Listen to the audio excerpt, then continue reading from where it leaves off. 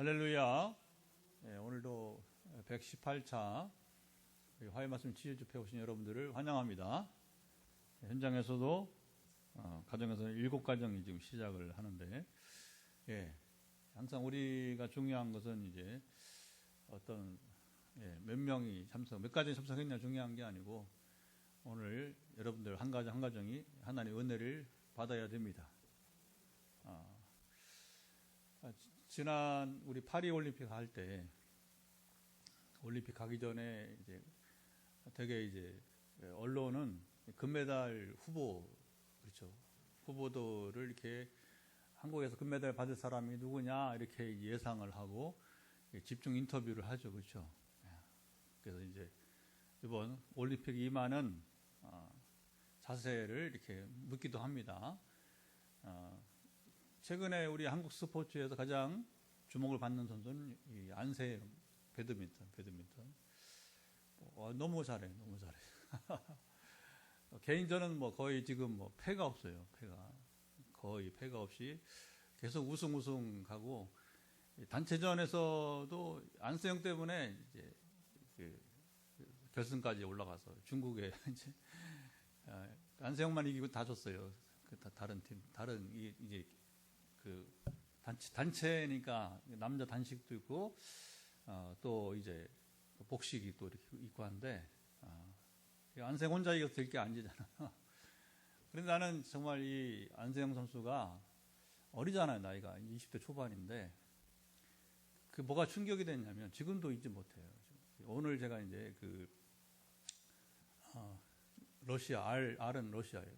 알국 러시아 선교사, 우리 정균호 선교사가 우리 4년 전에 이제 우리 입당할 때 처음 온 손님이 이제 러시아 정균호 선교사 부부인데, 4년 만에 어제 나타났어요. 그래서 어제는 제가 전주에 갔다 온 바람에 못 만나고 아침 식사 같이 하고 우리에게 와서 차 한잔하고 이렇게 여유 있게 있다가 또 다음 약속 장소로 갔는데, 이제 그래서 이제 정 목사님이 이제 책을 이렇게 사가지고 와서 이제 문득 그 책이 뭔 책이었냐면, 이제 김동희 목사님이라고 세문안교회, 이분이 세문안교회 파송 선교사로 30년 이상 지금 한 교회에서 이제 그때 러시아 한 나라에서 처음에 시작은 이제 블라디보스톡에서 시작을 했다가 지금은 이제 고려인들이 좀 많이 살고 있는 지역으로 이제 저쪽 모스크바 쪽으로 이렇게 가까운 도시로 갔어요. 근데 이분이 30여 년을 한 교회 지원을 받으며 러시아 선교사로 있으면서 돌아가셨지만, 사실 한국교회를 제가 대학생 때 한국교회를 대표했던 분이 이제 세문안교회 이제 김동희 목사님, 철저하게 설교를 원고를 준비해서 그냥 원고를 읽는 설교인데, 근데 중요한 거는 이제 내용이 좋으니까 청년들에게 인기가 많았고, 제가 대학생 때 다니던 교회도 오셨어요. 강사로 청년 이제 부흥회인데 이제 청년들이 많이 왔어요. 보면 이제 근데 이제 그 부인이 누구였냐면 황산성 변호사 아시죠? 황산성? 원래 이제 이게 둘이 첫사랑인데 그게 이제 김동호 목사님이 상처를 하시고 나중에 다시 만난 거예요. 황산성 변호사를 재혼한 거예요. 상처했으니 목사님 상처하면 결혼할 수 있잖아요, 그렇죠? 그래서 아주 세간에 막 이렇게 이제 목사님인데, 황 변호사 때문에 이제 알려준 분이 이제 김동욱 목사님인데, 사실은 황 변호사 아니고도 김 목사님의 리더십, 여기 포항제일교회에서 담임을 했어요. 미국 유학하고서 잠시. 그리고서 이제 스카우트에서 연세대학교를 나오고 우리 장신대 신대원 나오고 피츠버그에서 이제 유학하고 이렇게 했어요. 했는데 어쨌든 의외로 이 정선교사가 이제 김동욱 목사님에 대한 삶에 관심이 있던 거, 어떻게 존경하니까. 그래서 이분의 삶의 이야기를 한번 이제 책으로 엮어보려고 이렇게 아무도 생각 안 했는데, 선교사가 파송교회 옛 담임 목사님 그 삶의 자취를 이렇게 이제 이야기로 엮은 책이 이제 김동희 이름 그대로 해서, 그래서 오늘 이제 만나서 책을 어떻게 쓰는지 쭉 하다 보니까 이제 결국은 이제 참 잘했다. 이게 왜냐하면 선교사가 그 자기를 파송해준 목사님을 그리워해서 돌아가셨습니다. 그래서 그 삶의 자취를 찾아서 이렇게 이제 두꺼운 책을 이렇게 쓴 거예요. 그리고 여러 자료를 또 이렇게 받고 그 중에 여기 이제 여러분 잘 아시는 포항제일교회 이대공 장로님이 유명하잖아요. 포항에서는 또 여기 담임을 옛날에 김동욱 목사 오래전에 담임을 했기 때문에 다 알고 계시고 그러니까 이분도 막 그 글에 한 부분을 이렇게 또 참여를 하고 이렇게 해서 그래서 오늘 오전에 대화가 주로 뭐냐면 삶의 이야기가 뭐냐면 그게 이제 내러티브라고 하고 그걸 이제 서사 이렇게 부르요 서사. 그런데 이제 안세영 얘기를 왜 하냐면 안세영이가 파리 올림픽 가기 전에 이제 당돌하게 뭐라고 하냐면 이제 이번 그 언론은 뭐 어떻게 금메달을 딸 거냐 뭐 이런 얘기인데 자기는 지금 또 서사를 써간다. 이제 자기 인생 이야기를 써간다는 거예요. 잘 안 써요 서사 이런 어린애들 젊은 애들이 뭐 우리는 알잖아요. 우리는 이제 또 이건 굉장히 또 이 성서신학에서는 중요한 또 우리 이제 학문적으로 굉장히 중요한 말이에요. 서사라는 게 잘 안 써요. 근데 20대 초반의 이 청년 운동 선수가 자기 인생의 서사를 써가는 지금 그 금메달 따는 게 뭐냐 이제 그게 자기 인생의 또 새로운 삶의 이야기를 지금 엮어가는 그런 이제 과정이라고 하는 거예요. 여러분 제가 이제 오늘 118자 우리 화요 말씀 치유 집회하는데 안세영 얘기를 하고 뭐 김동희 목사 얘기하면서 삶의 이야기 서사 얘기를 왜 하냐면 오늘 우리는 다윗의 다윗의 인생 이야기 중에서 참 중요한 가운데 한 가지가 오늘 본문이라고 볼 수 있습니다. 그런데 이제 우리는 안세영이 왜 위대하냐? 다른 사람의 서사가 아니라 자기의 서사, 이 청년 써가고 있는 거잖아요, 그렇죠? 정말 이제 우리 한국 스포츠계에 앞으로 얼만큼 더 롱런할지 또 얼마나 이제 그 한국 스포츠 영향을 끼칠지 어린 여자 선수가 이제 그게 이제 여러분들이 주목하면 됩니다. 가만히 그래서 주기적으로 나타나니까 안세영이가 그래서 이번에 어떤 경기를 보여주고 그게 서사예요. 그리고 이제 다른 선수와 다른 점이 뭔가 그게 이제 안세영 이야기가 안세영 내러티브, 안세영 서사가 이제 써가는 과정이 되게 되는 것이죠. 오늘은 우리가 이제 다윗의 서사 이야기를 나누면서 이제 기도하기를 원하고 그리고 항상 우리는 이제 저와 함께 예배드리는 모든 분들은 성경 공부든 지금 화요 말씀 치유 집회든 금요일과 주일에 우리가 일반 설교를 할 때든 상관없이 우리는 성경의 과거의 서사로 듣는 것으로 이해하는 걸 그치지 않고 오늘 나의 서사를 만들어가야 나의 서사를 써가야 되는 것입니다. 그래서 때로는 어떤 만남에서는요, 이제 내가 지금 멈추고 있는 것을 이렇게 행하게 하는 경우가 있어요. 저는 오늘 제 얘기를 먼저 하고 여러분 또 도전을 주기 원하는데 우리는 118차잖아요. 우리가 이게 지금 화요 말씀 치유 집회가 그러면 이제 2년 반이 넘었네. 118차인데 2년 반 전에 이제 그 막 코로나 때문에 막 이제 어렵고 이자는 올라가고 우리 건축은 해놓고 뭐 지금도 쉽지 않지만 그때는 더 이게 뭐 난감했는데 우리 김옥래 전사님 성결교 80대 할머니지 사모님이고 평생 남편과 목회를 해오시고 성결교회에서는 아주 유명한 부흥사로 이렇게 평생 살아오신 어른인데 제가 전에 담임하던 교회에서 한번 그 부흥 강사로 모셨다가 2년이 돼가지고 이렇게 아주 드물게 사실 인간관계라는 것은 뭐 우리가 늘 만나나요, 그렇죠? 그러니까 이제 아주 드물게 이렇게 만남이 이제 중간 포항에 오시면 또 불러 찾으시고 또 제가 궁금하면 가끔 아주 뭐 몇 년에 한번 전화하고 그러는데 이제 그때 이제 그 전화를 포항 오시기 전에 전화를 했는데 이 집회를 하라 왜 안 하냐 하면서 공개하라 그래서 이게 탄생이 된 거예요.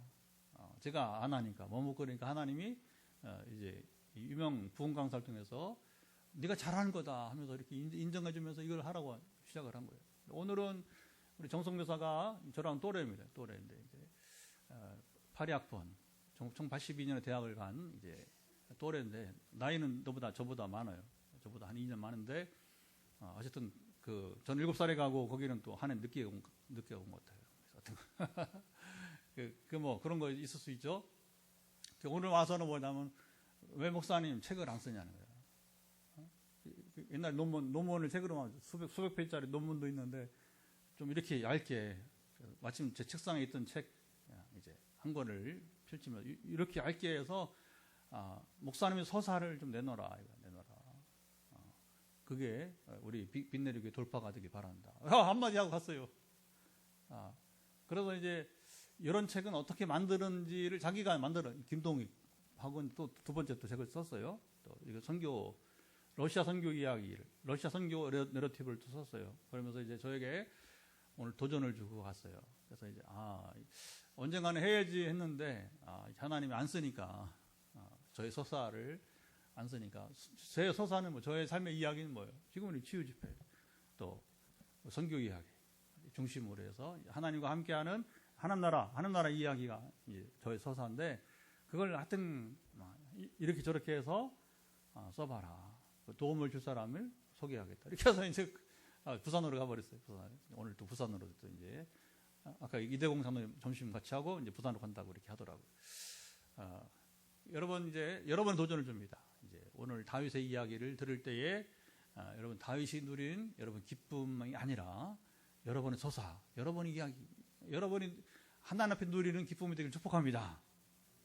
그리고 기대를 하고 이제 오늘 말씀을 우리가 나눠야 여러분 믿음이 생기고 그 믿음이 여러분 삶에서 기쁨을 맛보는 기적이 일어나기를 축복하는 것입니다. 오늘 본문은 여러분 너무 잘 아는 얘기죠. 하나님의 언약궤, 법궤라고도 하고 궤라고 언약궤, 법궤, 궤 다 같이 시작. 언약궤, 법궤, 궤 다 같은 말이에요. 같은 말. 궤예요, 궤. 궤인데 그것이 이제 하나님의 언약 약속이 담겨 있는 궤라고 하는 것이고 그것은 또 법궤라고도 하고 왜냐하면 그 속에 율법이 있잖아요.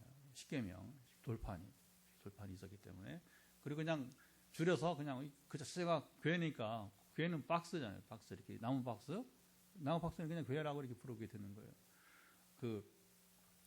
근데 언약궤, 법궤, 궤의 의미는 뭐냐면 그 자체가 의미는 없어요. 그렇게. 그래서 여러분 알다시피 이제 거기 궤 안에는 세 가지가 있었죠, 그렇죠? 모세의 두 돌판 그리고 아론의 쌍난지팡이, 만나 항아리.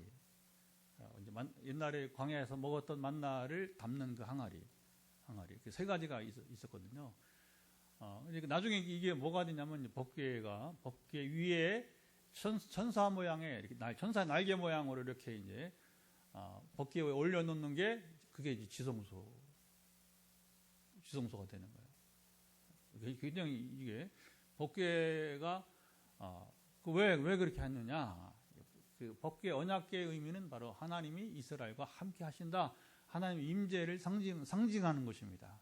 그런데 우리가 조심해야 될 것은 그 자체가 여러분 이제 신비와 능력이 있는 게 아니고 하나님이 그 법궤에 임하실 때에 이제 효능이 따르는 거예요. 이 법궤가. 그래서 이 법궤를 예루살렘으로 모시고 오는 일이 왜 발생해서요? 이전에 사울왕 때 그러니까 우리 사사기 보면 이제 한때 뭐냐 이 법궤를 블레셋 군대가 뺏어가요. 왜 그러냐면 이 엘리 제사장의 여러분 이제 두 아들이 그게 중요한 게 뭐냐면 이 법궤를 누구와 함께 있느냐 이게 중요한 거예요. 법궤가. 근데 엘리 두 아들은 제사장들이 뭐냐면 온갖 죄를 범해서 하나님이 떠났어요.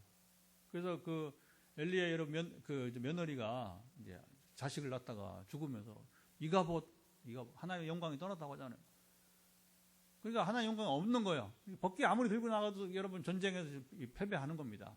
그런데 이제 만약에 엘리의 두 아들이 경건한 가운데 경건을 잃지 않고 나갔다면 전쟁은 백전백승하는 겁니다. 다윗처럼. 근데 뭐 이게 아주 무용지물이 돼버렸어요. 이 법궤가. 그런데 놀라운 것은 블레셋에 넘어갔던 이 법궤가, 빼앗겼던 법궤가 스스로 거기서 능력을 발휘하는 거예요. 그러니까 하나님은 눈에 보이지 않아도 여러분 역사하시는 분이십니다. 그게 블레셋 땅에 이 법궤가 머물 때 일어난 일들이에요. 그러니까 야, 이건 뭐 얼마나 블레셋 군대가 여러분 흥분했겠어요. 야, 우리가 여호와 하나님을 이겼다. 그 전에 한 번도 못 이겼는데요. 한 번도 못 이겼는데 이겼다 하면서 전리품이야. 이게 이제 한순간에 법궤가 블레셋 군대 전리품이 돼버렸어요. 그리고 어디다 그걸 보관했겠어요? 신전, 다곤 신전 안에 놓은 거예요. 그러니까 막 축제를 벌이고, 근데 축제를 벌이고 다음날 가보니까 신전에 다곤 신상이 여러분 이제 이렇게 엎어져 있는 거예요. 법궤 앞에서. 그 참 하나님 여러분, 이게 참 기가 막힌 거죠. 그래서 그들이 처음에는 설마 우연히 뭐 지진이 났나 이제 우연히 그런 줄 알고 다시 그 무거운 여러분 돌상을, 다곤 신상을 다시 이렇게 모양을 갖춰서 했는데, 그 다음 날은 더 심하게 이제 이렇게 목이 부러지고 팔이 부러지고 신상이 법궤 앞에서 아주 보기 좋게 법궤 앞에서 이렇게 여러분이 이제 엎드린 모양으로 이렇게 깨져 있는 모습으로 있게 되니까, 이거 이제 현실을 깨닫게 되는, 이게 하나님이 살아계신구나 하면서 이 법궤의 처리가 이제 문제가 돼서, 그래서 이제 신전에서 나와서 이제 그 A 지역, B 지역, C 지역으로 옮겨봐도 계속해서 그 다음에 뭐냐, 그 지역에 막 전염병이 나고 막 그러니까 이거 이스라엘 돌려보내겠다 이렇게 해서, 근데 이제 쉽게 안 돌려보내잖아요, 그렇죠? 마지막에 소를 새끼난 여러분 이제 젖나는 그 소를 가지고서 이제 이 소가 새끼를 두고 이스라엘로 넘어가면 이거 진짜 하나님이 그 동안에 이제 법궤를 통해 역사하신 것이고, 만약에 이제 그 암소가 이제 그 지금 막 새끼 낳고 젖을 먹이는 암소가 새끼 때문에 보통 사람도 짐승도 여러분 대단한 애착이 강합니다. 근데 이제 그 암소가 새끼에게로 오지 않고 이스라엘 넘어가잖아요. 멋진 겁니다. 하나님은 여러분 역사하시면 무섭습니다. 할렐루야. 그러니까 법궤는 이제 하나님이 임재하시면 스스로 법궤가 그냥 자동으로 이스라엘 땅으로 다시 오게 하신 거예요.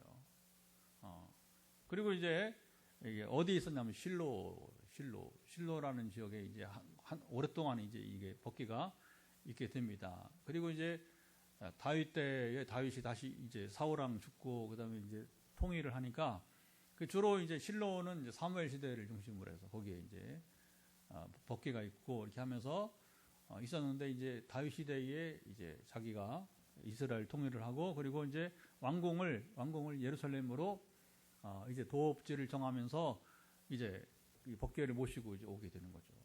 그래서 예루살렘에 있어야 되니까 이제 그 과정에서 다윗이 사실 오늘 본문에 실수를 하는 모습을 보게 됩니다. 왜, 뭔 실수를 하냐면, 이제 다윗이 너무 흥분되니까, 흥분하면 똑바로 응시를 해야 됩니다. 흥분하면 이거 실패하는 거예요. 왜 그러냐면, 율법에는 어떻게 법궤를 옮기는지가 분명히 나타났는데, 그걸 이제, 여러분 성경 철계 여러분 보면, 사람에 따라서 성경을 읽기는 읽는데, 성경 분명히 말씀이 있는데 그걸 넘어가.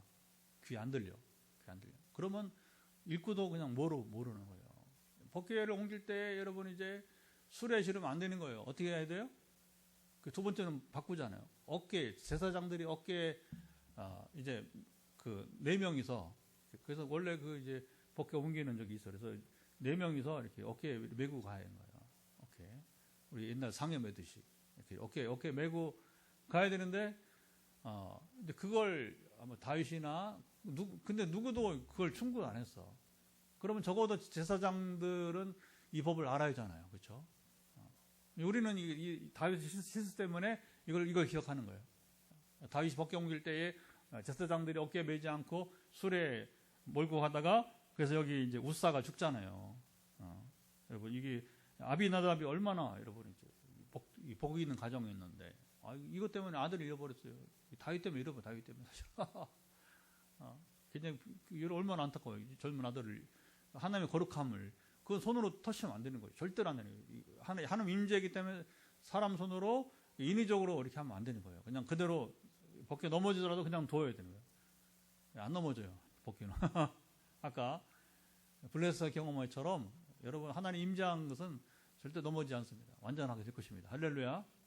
근데 우사가 사람 생각으로 이렇게 터치했다가 죽잖아요. 그러니까 막 다윗이 이것 때문에 승질 나가지고 화가 나가지고 그도 그렇지 하나 어떻게 사람을 죽이냐고 하면서 이제 자기 실수를 생각 못하고 원래 그래요 사람들이 이제.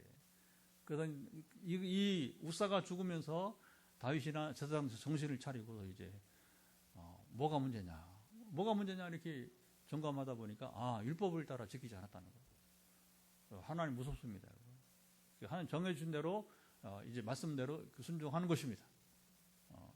이게 이거 한 가지만도 그렇게 중요한 거예요. 중요한 거.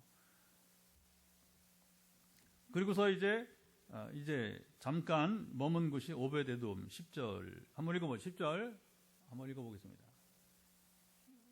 다윗이 여호와의 궤를 옮겨 다윗성 자기에게로 메어 가기를 즐겨하지 아니하고 가드 사람 오벳에돔의 집으로 메어 간지라. 여기서 얼마나 머물렀어요? 보니까 그렇게 오래 머물진 않았는데 11절 석 달을 3개월 머무르는데 참 귀한 것은 여호와께서 오벳에돔과 그 온 집에 복을 주셨다. 아니 3개월 동안 그러니까 여러분 이게 참 하나님은 우리 생각을 여러분 넘어서 3개월 동안 뭐 복을 얼마나 어떻게 지금처럼 뭐 장사 뭐 이런 것도 아니고 그 농경 문화인데 옛날에 그 농경과 이제 목축인데 3개월 사이 뭐 복을 어떻게 줬는지 이제 근데 하나님이 임하시면 놀라운 역사가 일어나 그것을 사람들이 다 알게시리 복을 주셨다고 것이겠죠. 할렐루야.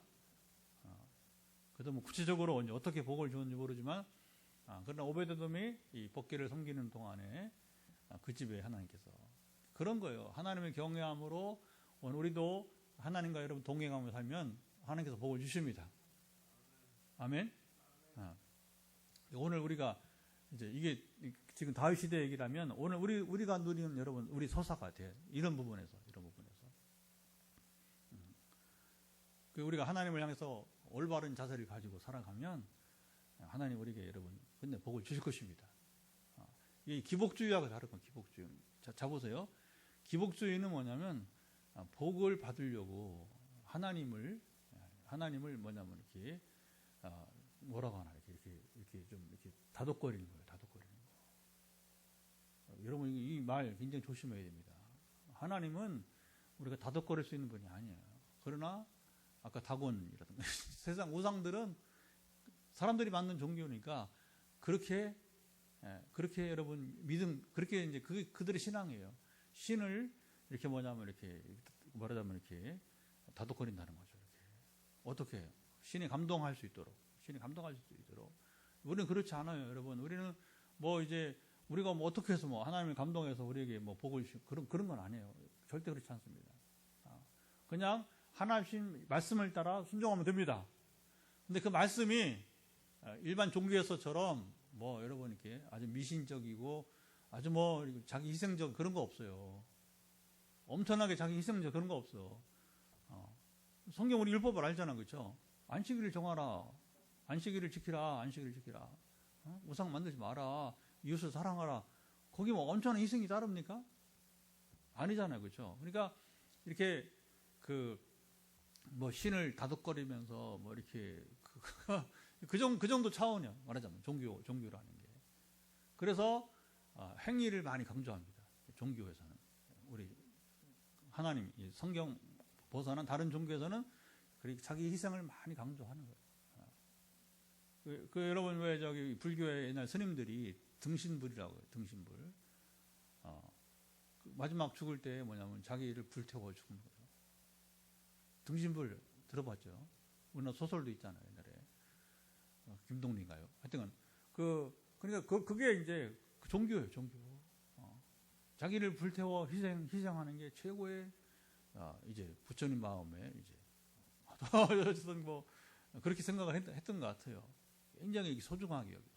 그런 걸 이제, 굉장히 소중하게.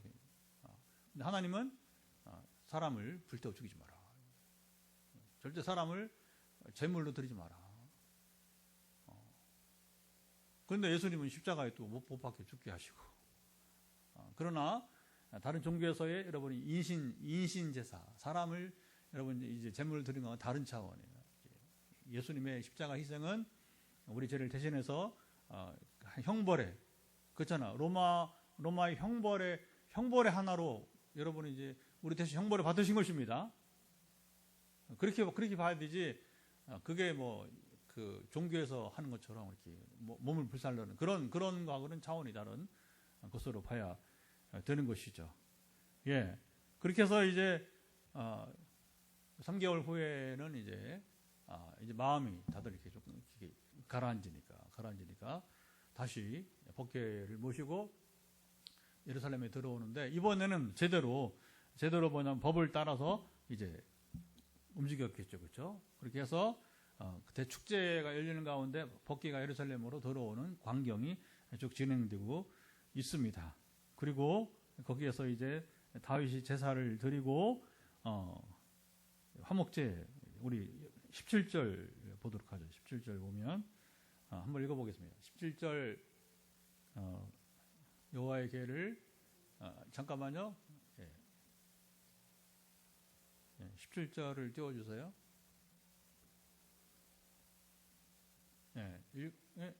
17절 여호와의 궤를 메고 들어가서 다윗이 그것을 위하여 친 장막 가운데 준비한 자리에 그것을 두매 다윗이 번제 화목제를 여호와 앞에 드리니라. 자, 이제 이 그 법궤가 들어왔으니까, 그래서 이제 솔로몬이 성전을 짓기까지는 바로 뭐냐, 여기 이제 성막이라고, 성막. 그래서 광야에서 해서 성막. 그 성전을 지으면서 성전 시대고, 솔로몬이 성전 짓기까지는 이제 이게 장막 시대, 성막 시대라고 보는 거예요. 텐트죠. 텐트 안에 한쪽은 성소, 한쪽은 지성소고, 그 다음에 울타리를 만들어, 울타리를. 그 아무나 못 들어가 수 없으니까.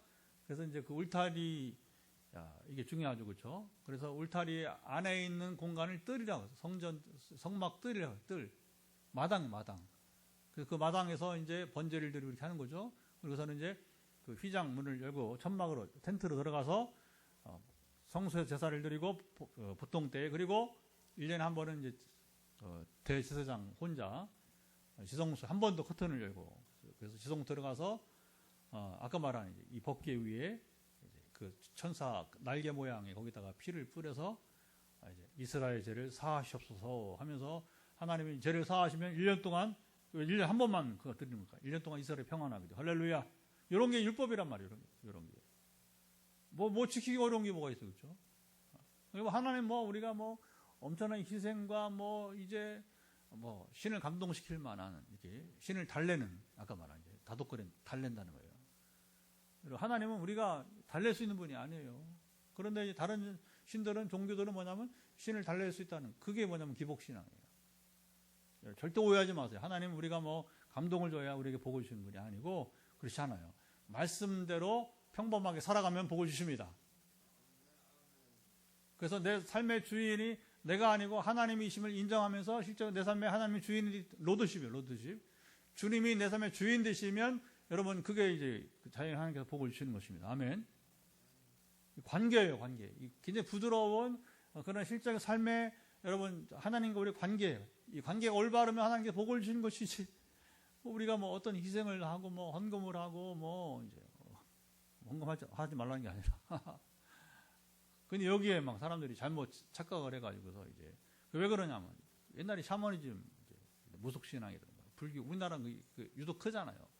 우리나라 가장 큰 영향은 이제 무속신앙이고, 두 번째는 불교 영향이 커요. 그래서 이제 거기대로 하다 보니까 그런 마음으로 신앙생활 하다 보니까 이상하게 변질되어 버린 모습을 보게 되는 것이죠. 그래서 이제 바로 이곳에서 18절도 보면 다윗이 번제와 화목제 드리기를 마치고 만군의 여호와의 이름으로 백성에게 축복하고, 자연히 이제 그 예루살렘 한쪽에 이제 이곳이 아마 성전터가 됐겠죠, 그렇죠? 되게 성전터로 그리고 이제 그러니까 자연히 그 다윗은 성전을 짓고 싶었고, 그런데 이제 다윗의 훌륭한 것은 하나님께 묻잖아요. 이 성전을 지어도 되겠습니까? 하나님 거절하죠. 안 된다. 그건 너의 일은 아니다. 네 아들 솔로몬이 할 것이다. 이렇게 하면서 이제 대체 성전을 지을 준비를 이렇게 하게 해주는 것인데, 그래서 오늘 이 법궤를 예루살렘으로 모시고 오는 일에 있어서 다윗이 이제 특이한 것은 뭐냐면 이제 굉장히 그 흥분을 했어요. 그래서 우리 20절, 21절 한번 읽어보겠습니다. 어떤 상황인데 20절, 오늘 키가 여기 있어요. 20절, 21절. 다윗이 자기의 가족에게 축복하러 돌아오매 사울의 미갈이 나와서 다윗을 맞으며 이르되 이스라엘 왕이 오늘 어떻게 영화로우신지 방탕한 자가 염치 없이 자기 몸을 드러내는 것처럼 오늘 그의 신복의 계집종의 눈앞에서 몸을 드러내셨다 하니 21절 다윗이 미갈에게 이르되 이는 여호와 앞에서 한 것이니라 그가 내 아버지와 그의 온 집을 버리시고 나를 택하사 나를 여호와의 백성 이스라엘의 주권자로 삼으셨으니 내가 여호와 앞에서 뛰놀리라. 여기 다윗이 사울의 딸 미갈과 이렇게 충돌을 하고 있어요. 사실 미갈은 이제 사울 왕의 큰 딸이고 그 사울 왕의 이제 그 둘째 딸이죠. 그래서 다윗이 목숨을 걸고 100명의 블레셋 사람들을 죽이고 이제 혼자 가서 100명을 죽이고서 그 대가로 이제 신부를 맞이한 거예요. 미갈. 근데 또 미갈이 또 다윗을 좋아했고, 그런데 이제 나중에 이게 또 다윗이 도망가잖아요. 다윗 도망가니까 사울 왕이 또 다른 남자한테 시집을 두고 이거. 근데 다윗이 자존심이 상하니까 이제 그 이스라엘 통일한 다음에 그 옛날 사울 왕의 그 장수였던 아브넬에게 미갈을 데리고 와야 된다.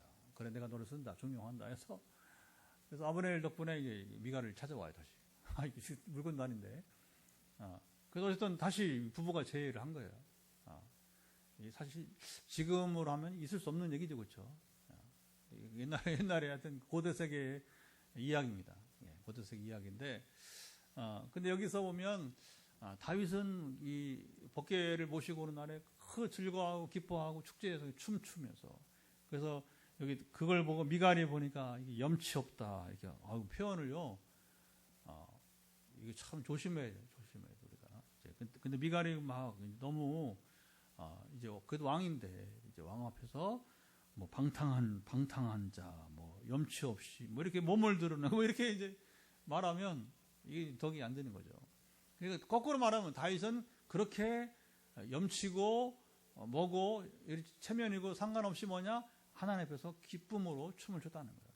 그래서 다리를 들고 춤을 추다 보니까 근데 옛날에 이제 그 중동 지역의 옷이 뭐냐면 남자들 옷이 통으로 된 원피스 같은 거예요. 그 옛날에 뭐 속옷이 있어요. 그러니까 그게 다리를 들면 남자 하체가 보일 수도 있는 거예요. 근데 다윗은 뭐 보든 말든 자기가 기쁘니까 이게 이제 거의 뭐 정말 정신 나간 사람 춤을 춘 것 같아요. 우리가 본다면. 근데 뭐냐면 그게 하나님 앞에서 기쁨을 드러내는. 그럼 뭐냐면 정말 그가 미갈이 다윗의 아내라면 사랑스러운 아내였더라면 남편의 행위를 얼마나 좋게 봐야 돼. 오늘 얼마나 우리 남편이 즐거우면 기쁘면 그리고 이 일의 중요성을 알았더라면 그렇죠. 이런 말을 절대 할 수 없는 거예요. 그러니까 다윗이 막 화가 나가지고 그 다윗이 그래도 이제 그 미갈을 자기 아내로 다시 데려오고 이렇게 용납하고 했는데 불구하고 이러니까 이제 다윗이 화가 나가지고서 옛날 얘기 하는 거예요. 그래서 너희 집 그래서 망한 거다. 아이고 너희 집 왜 망했냐? 네 아버지 왜 망했냐? 장인 얘기하는 거죠. 참 이제 우리 성도모체를 가슴이 아프잖아요. 사울 왕이 처음에 얼마나 좋았어요. 그러나 이제 하나님 말씀 하나님 무시하는 거예요. 하나님이 인생의 자기 주인이 아니요. 자기가 주인이야. 사울이. 다윗은 한두 가지 실수가 있었지만 그러나 거의 모든 일에서 다윗은 하나님이 주인 된 삶을 살았고 할렐루야. 그래서 그 성경 유일하게 하나님 마음에 맞는 사람이 다윗이란 말이에요. 왜냐하면 다윗처럼 묻고 듣고 또 순종하고 성전 여러분 짓지 말라는데 그거 안 지은 것은요. 야 이게 엄청난 겁니다. 이거 엄청난 거. 그리고 자식이 성전을 질 수 있도록, 그리고 뭐 하나님, 우리 아들이 지금 나이가 어린데 이거 뭐 제대로 왕이나 되겠습니까? 하면서 이제 그런 이 거대한 일을 해내겠습니까? 그러니까 자기가 막 준비해서 그냥 뭐 재벌 1세처럼 막 이제 얼마나 다윗이 준비를 해가지고, 그러나 자기가 짓지는 않단 말이에요. 능력이 있어요, 다윗이.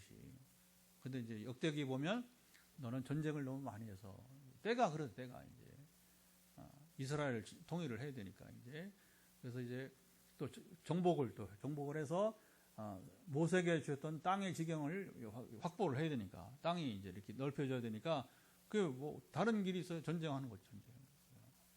아니면 항복해서 전쟁을 피하고, 그러나 다윗의 이제 이렇게 그 나라가 되게 되는 것이죠. 이렇게 그런 과정들이죠. 그래서 다윗이 이게 법궤를 모신다는 것은 하나님을 모신다는, 하나님의 임재가 이제는 저 실로가 아니라 아비나답의 집이 아니라 지금은 오베데돔의 집이 아니라 예루살렘의 자기 왕궁 근처에서 언제든지 가서 예배하기 원하고, 그게 중요하죠. 다윗의 장막, 지금도 보면 이제 뭐 다윗의 장막이라는 그런 뭐 찬양 그룹도 있어요. 다윗의 장막이라고. 이제 너무 다윗 때 이 예배가 너무 이제 하나님과 예배가 너무나 귀하니까 그때 예배를 사모해서 지금도 이런 표현을 쓰는 사람들이에요. 다윗의 장막이라고. 이제 오늘 우리가 여러분 이제 결론은 뭐냐? 우리는 하나님의 은혜를 맛본 자는 다윗처럼 춤을 춥니다. 노래를 부릅니다. 소리를 지릅니다. 환호를 지른 것입니다. 지금 이런 건 한국교가 지금 많이 변화하고 잘하는 것 같아요. 막 예배 시간에 낮이고 밤이고 환호를 지르고 춤을 추고 막 그렇게 그 자체는 문제가 없다고 생각이 되어집니다. 그래서 오늘 본문의 결론은 뭐냐? 내가 여호와 앞에 뛰놀리라. 내가 여호와 앞에서 뛰놀리라. 어린아이처럼. 여러분 부끄럽고 그런 거 없어요. 하나님 앞에 예배하는데 그 기쁨 때문에, 그 기쁨은 뭐냐? 바로 이제 하나님 앞에 뛰논다는 거예요. 뭐 송아지처럼. 여러분 이 망아지 큰 소는 그렇게 뛰지 않아요, 그렇죠? 송아지는 막 이제 망아지 막 옛날에 저도 어릴 때 경험은 막 마당은 막 송아지가 막 이제 하민이 갔지만 하민이 가만히 있으면 안 되는 거예요. 저 어린 애들은 이제 그러니까 어린 애들은 뭐예요? 유치원 애들은 막 뛰놀아야 되는 거예요. 가만히 있으면 이상한 거예요, 그렇죠? 그 이상한 거죠. 막 뛰놀아요. 우리 하나님 자녀들은 우리는 하나님 앞에 뛰노는 삶을 살아가야 되는 것입니다. 마지막에 뭐라고 하냐면 이제 미갈이 이제 죽는 날까지 자식이 없었다고. 다윗은 흥하고 사울의 가정은 이제 멸망했는데, 그래도 다윗이 옛 생각을 해서 미갈을 걷어준 거 아니에요, 그렇죠? 다른 남자 가는 걸 또 끄잡아내서 자기 아내로 삼고, 그리고 또 이제 또 사울의 손자도 무비보셋이지, 무비보셋. 그래서 이제 무비보셋도 챙겨서 끝까지 그 생명을 보존하게 해주고, 이거 뭐 대단한 거죠, 하지만 결국에는 이제 사울의 가정은 그렇게 완전히 기울어지고 이렇게 흔적이 사라져 버리고 말게 되는 것입니다. 다윗은 계속해서 이제 하나님 인정하시는 사람이 되는 것이고, 할렐루야. 그러면 이게 다윗의 그 내러티브, 다윗의 삶의 이야기. 오늘 우리 삶의 이야기는 어떡하냐? 다윗처럼 하나님을 기뻐하고 즐거워할 때, 그렇죠? 저는 여러분 이제 지난 이제 16년 삶을 돌이켜 보면, 16년은 2010년부터 지금 2025년이니까 이제 만 15년 지났고 16년째인데, 16년째 누리는 이제 저의 뛰노는 삶, 저의 여러분 기뻐하는 삶, 그게 저의 삶의 서사예요. 삶의 서사. 그 내용들은 그러니까 안 쓰니까, 하나님 안 쓰니까 오늘 정성교사 보내가지고 빨리 쓰라고 했으니까, 이제 그건 나중에 제가 책으로 나오면, 그래서 두껍게 쓰지 말라고 했으니까 현대인들은 두꺼운 거 안 좋아해요. 그러니까 이제 좀 축약해서 적당한 길이로 이제 기도시 바랍니다. 잘 편집이 돼가지고 소개가 되도록 이제 그건 이제 하나님을 나타내는 책이니까 하나님을 나타내는 책이니까 그 책에서는 저희 서사도 다윗과 같이 하나님 앞에서 뛰노는 삶이 무엇인가를 제가 드러내리라 생각이 되어지고요. 그래서 오늘 우리가 이제 살아가면서 이제 우사처럼 인위적으로 이렇게 하면 안 돼요. 인위적으로. 그래서 오히려 이제 오늘 본문이 주는 우리가 이제 그 교훈을 가지고 우리가 이제 배울 건 배우고 우리가 또 방지할 건 방지해야 되니까 그렇게 해서 우리 인공적인 인위적인 것들은 우리가 피하면서 우리가 사는 것이 여러분 좋다 하는 것이고 다윗은 하나님의 임재를 늘 사모하고 그리고 더불어서 이제 예배와 기쁨 속에서 예배 가운데 그 기뻐하는 삶이 바로 다윗이 보여주는 것이고 오늘 누군가 이제 하나님과 함께했던 삶 이야기를 아까 제가 김동욱도 그렇고 이제 이렇게 소개를 해보지만 하면 여러분들이 같이 박수 쳐주고 같이 기뻐해주고 같이 축하해주고 같이 축복해주고 할렐루야. 근데 같이 함께하는 사람 막 즐거워 기뻐하는데 막 그냥 시무룩하게 얼굴 그냥 확 붉히고 미갈처럼 그러면 안 된다는 거예요. 앞으로도 이제 또 간증자가 또 나올 거예요. 그러면 간증자 나오면 뭐라고 하면 나도 저렇게 기뻐하는 나도 저렇게 하나님 앞에 뛰놀기 원합니다. 그런 자가 돼요. 그런 자가. 근데 저는 사실은 그 동안에 아까 16년 동안에 많은 여러분이 이제 그 충격 가운데 하는 뭐였냐면 간증하는데 못하게 하고 간증 못하게 하고 그리고 막 폄하하고 다윗이 미갈이 다윗이 폄하하잖아요, 그렇죠? 절대로 어느 누가 여러분 정말 주님께서 기뻐하고 즐거워하는데 왜 즐거워 기뻐? 하나님의 임재를 경험한 하나님의 능력을 경험한 기도응답을 누리니까 하나님과 교제하니까 그게 너무나 즐거우니까 막 즐거움을 표시할 때에 여러분이 이제 폄하하고 무시하고 그러면 안 된단 말이에요. 그럼 우리가 미갈의 인생밖에 안 돼요. 아주 황폐한 삶을 살아가는 미갈의 삶이 되는 것이고 그런 다윗처럼 지금 정리한 대로 이렇게 하나님의 여러분 이 거룩함 속에서 기쁨으로 여러분 예배하는 자세를 갖는다면 우리는 여러분 그렇게 황폐한 삶이 아니라 우리 풍성한 삶을 누려야 될 줄 믿습니다. 이게 우리 기도예요. 8시 반이네. 기도하고 이제 우리 맞춰야 되고 그 다음에 또 현장기도 또 전화기도 해야 되니까 우리가 오늘 말씀을 따라 같이 기도하겠습니다. 하나님 나도 다윗처럼 다윗의 삶의 이야기가 내 이야기가 되기를 원합니다. 얼마나 다윗이 복궤를 모시고 이제 들어오는 게 너무나 기뻤어요. 물론 앞에서 우사를 또 잃어버리는 상처도 있었지만 나도 이 다윗의 기쁨이 내 기쁨이 되게 하시고 나의 경험이 되게 하시고 나의 서사가 되기를 원합니다. 기도합니다. 하나님 아버지 감사합니다. 이 시간 우리가 1시간 동안 예배를 드리고 또 말씀을 나누고 찬양을 드리고 이제 기도합니다. 아버지 아시죠?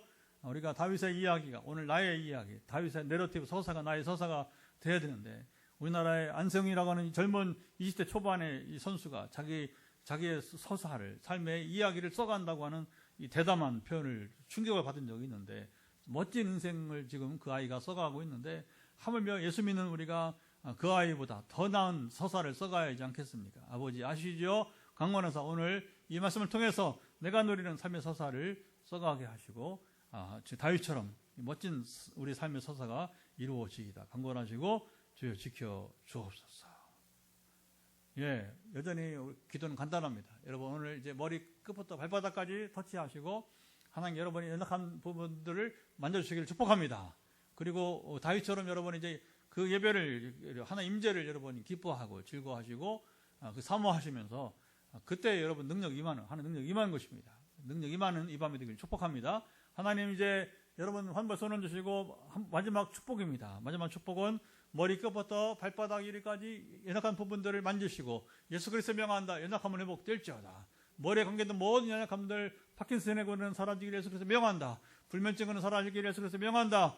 또 이제 여러 아버지 참으로 이제 특별히 종양의 근원이 이제 50% 나은 집사님이 우리 강 집사님 100% 이제 회복이 되기를 예수 그리스도로 명한다. 하나님 아시죠? 우리 여기 인성 형제나 우리 정낙원 집사처럼 아버지는 참으로 이제 전에 사고로 인해서 뇌에 아버님 참으로 이제 문제가 있어서 지금 아직 후유증이 있는 분들 모든 그 뇌사고의 모든 후유증은 사라지기를 예수 그리스도 명한다. 언어신경 풀어줄지어다. 그리고 양팔과 또 다리까지 하체까지 이런 모든 균형은 회복되기를 예수 그리스도 명한다. 이미 인성형제 일부를 낫게 하신 건데 싸우니 완전한 회복이 따르기를 예수를 선포합니다. 아버지 갑상선에 문제가 있는 사람들, 또 이제 어린아이 중심으로 해서 기관지나 축농증, 여러분 이비인후과 쪽에 약한 아이들 사랑하시고 인도하서, 또 어른도 마찬가지고 완전한 회복이 따르기를 예수를 선포합니다. 주의 은혜 베푸시고 함께하사 강건하시고, 눈의 건조증으로 여러분들이 현장에도 가정에 있는 분들 여러분들이 안구 건조증 100% 회복되기를 예수께서 선포합니다.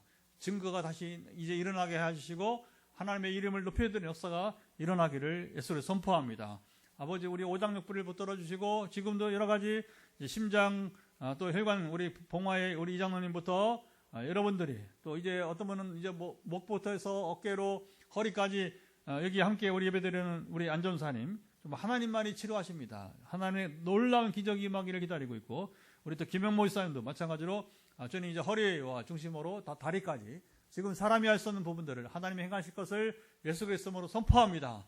주여, 믿음으로 반응할 때에 기적은 임하게 하시고, 오늘 놀라운 일을 행하신 일들이 이런 분들에게 임하게 하시고, 또 오늘 예고하신 대로 우리 살과 뼈 사이에 지금 문제가 있는 분들, 누군지 모르겠습니다. 이 살과 뼈 사이에 지금 부담감이 있는 분들 예수 그리스도 명한다. 그 문제는 회복될지어다. 아버지 아시죠? 이 소식을 또 듣기를 원하오니 함께 하시고, 또 각종 이제 염증 때문에 고생하는 분들, 염증의 모든 종류들, 위염으로부터 시작해서 장염, 또 이제 모든 류마티스, 척수염에 이르기까지 모든 연약함은 회복되기를 예수 그리스도로 명한다. 하나님 아시죠? 강건하사 지키시고 감찰해 주옵소서.